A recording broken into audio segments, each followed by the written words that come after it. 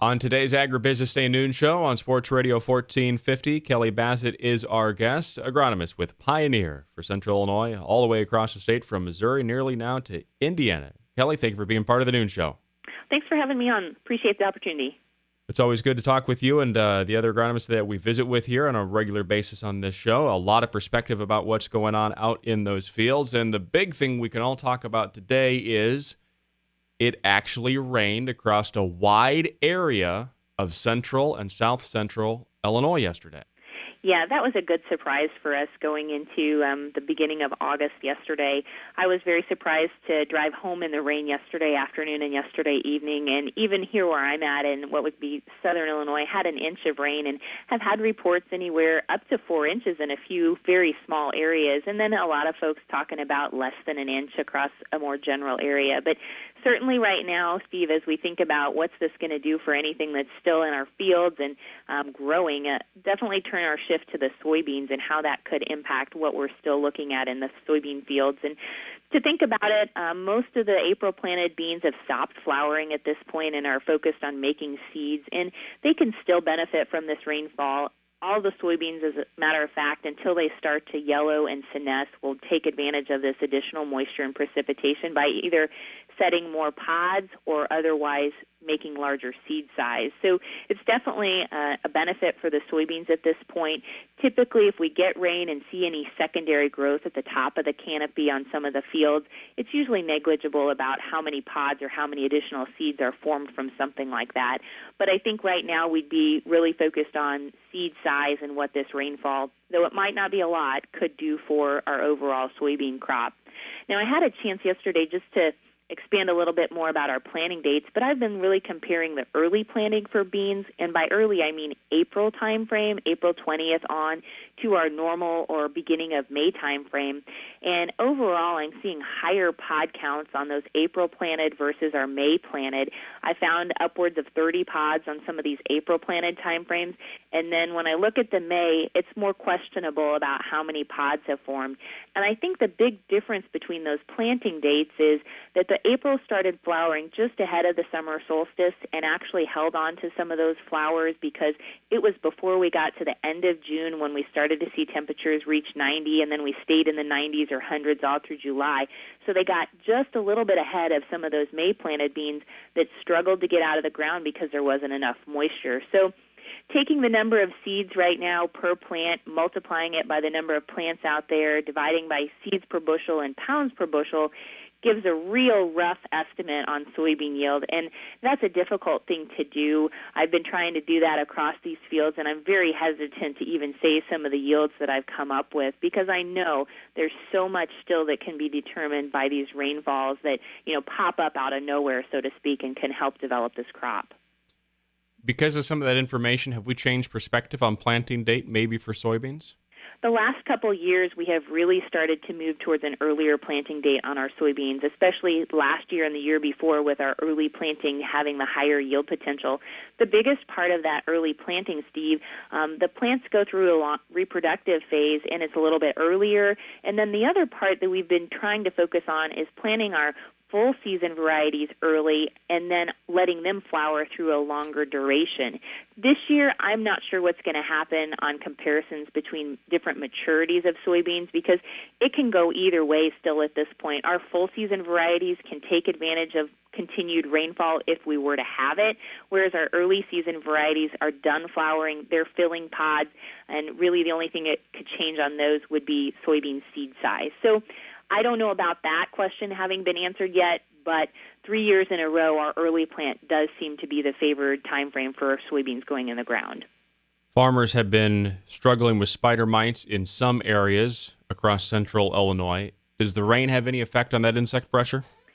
Certainly, the rainfall can help slow the spider mite population down. If you think back to 1988 when spider mites were really widespread, we had a few situations, and I'm going back to some of the literature, I guess, to cite this, not having a great recollection of something like 1988, but there are fungal pathogens that develop when the humidity rises and your temperatures, I guess, moderate to some level when you have populations of spider mites, and those fungal pathogens can actually work naturally on the spider mites, taking their population down. So with the overcast day today, the rainfall yesterday, there might be some moisture that stays in the canopy and can attack those spider mites. Overall, spider mite populations in the fields that they're at have continued to reproduce, continued to grow. Those generations can occur as soon as 4 days, and they can produce several hundred in each generation. But looking forward, I would say those fields that have been plagued with spider mites already, continue to monitor them. Some fields we've treated once, maybe twice, and are now considering whether or not it's viable to treat a third time in those fields. And, making that decision on a field-by-field basis is probably the only way to do it, determining whether there are pods that are forming and what the condition of the overall field is. Certainly, we're looking at a lot of different planting dates, a lot of different conditions based on soil type, and even the heights that are out there from beans. I've been in fields that are up to my chest to ones that are not even to my knees, and that's going to make a big influence on whether or not to go back and retreat a field with spider mites for a second or even a third time. Some producers are right now in the activity that is rather rare at the beginning of August, which is the corn harvest. As you go out there and start to talk to some people shelling corn and getting out in those fields, Kelli, are you hearing things about test weights and moisture numbers and what some early returns on yields might be? We're certainly very excited, and I should temper that excited, but anxious, I should say, about what's going to come out of these fields with these early harvests coming here in August. And, that's coupled with the fact that we know some fields don't even have enough grain to warrant being harvested. But the yields that are coming in anywhere from, just marginal over 0 to upwards of 100, maybe 120. I'm sure there will be some fields that will be better than that, having found a few places that had rain.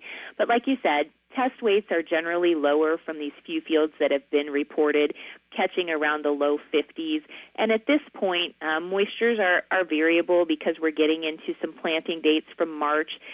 Producers may look at a little bit later planting, and by that I mean April timeframe, simply because of plant condition and the quality of the stalks. But a couple of things, I guess, as we start harvest here in August of 2012 to think about, we are seeing a lot of Aspergillus ear mold developing on the tips of ears.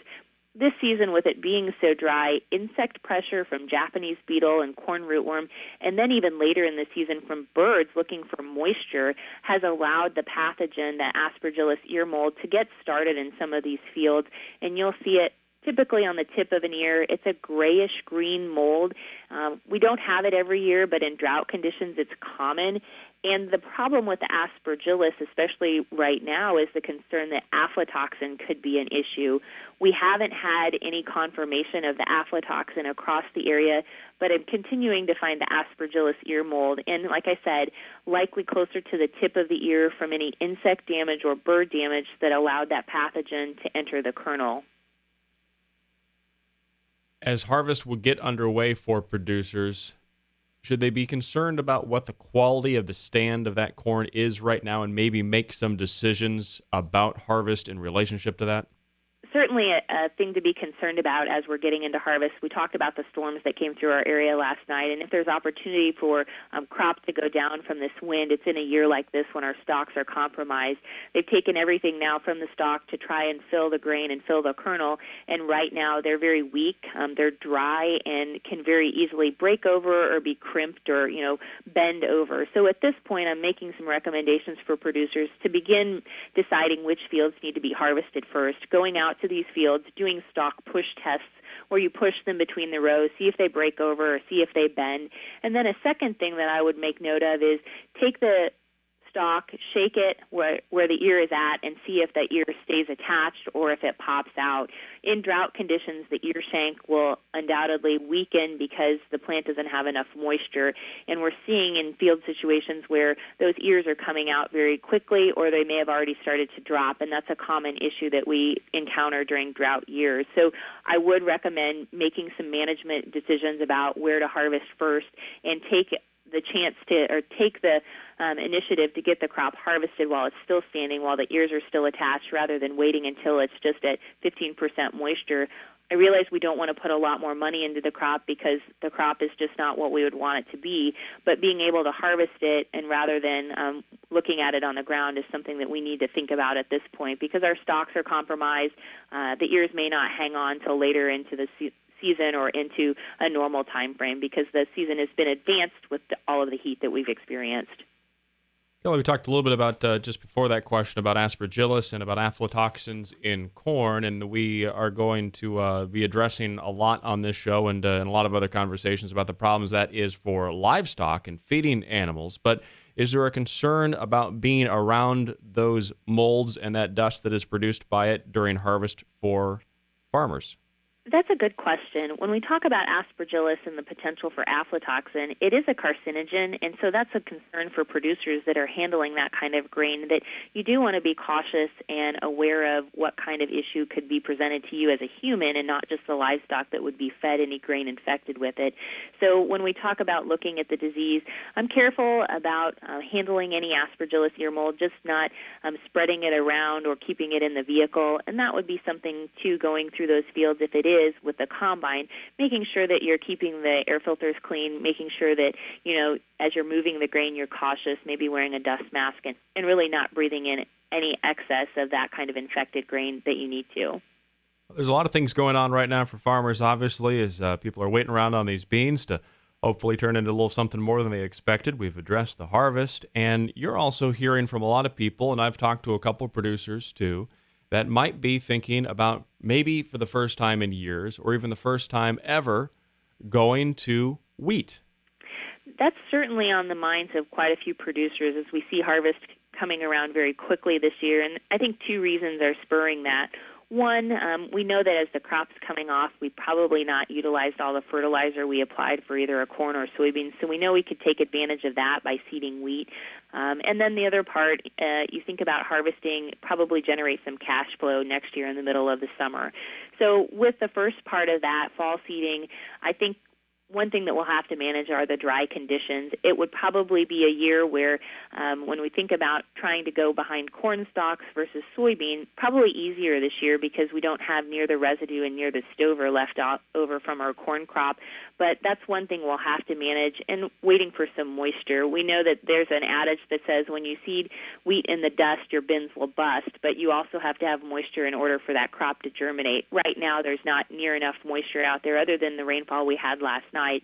So we've still got a couple of months. We won't look at seeding our wheat until the October time frame, but I think as producers are considering increasing acres or putting acres in their operation for the first time, making sure that they have everything in place to do that is important. Making sure that they realize they need to go in and do tillage ahead of the wheat seeding operation if they're going behind corn stalks, or how they're going to handle it after soybeans, and making sure they have a viable option to seed that as far as a drill and get it in the ground, because so often we think of wheat as something that is, a third crop for our rotation, and we don't treat it with the same concern we would some of our corn and soybean seeding in the spring. So I would say if you're considering it for the first time, make sure you have everything available to you or you've made those arrangements, and then first and foremost, make sure that the seed is available because of the increase in potential acres and interest in it this fall. I know there's a lot of concern that seed supply will be tight, and I would make the recommendation for producers to go ahead and arrange for that seed. I know when the time comes, we'll make some last-minute decisions, but making sure it's available and you've secured it for October timeframe is very important at this point. And so farmers are looking ahead not only to doing something maybe unique for them like wheat, but Kelli, they're looking ahead for their next year when it comes to corn and soybeans right now too. That's another part. We've talked so much about 2012 and the drought conditions, and we've accepted how it is this season, but really now we're moving on to how do we plan for 2013. We want to get to the next crop almost as quickly as we can just to have a better crop and have that be our freshest memory. But I think right now we're deciding, what are we going to do with fall fertility? How are we going to manage the residue? It's so dry. What are we going to do with nitrogen? And going forward also, what's the crop rotation going to be as far as acres for corn or acres for soybeans, and what are we going to think of in 2013? There are a lot of decisions that have to be made with harvest being upon us so early. Certainly there's going to be time in the combine, but we need to start making arrangements for how we're going to handle our tillage, how we're going to handle our residue, what we're going to do with our fertilizer, and making the decisions for crop rotation for next year. So that will be a good discussion for us to have later on this fall. We'll look forward to visiting with you again, Steve. Kelli Bassett, agronomist with Pioneer, all the way throughout Central Illinois, our guest here on The Noon Show. Kelli, thanks for being with us. Thanks, Steve.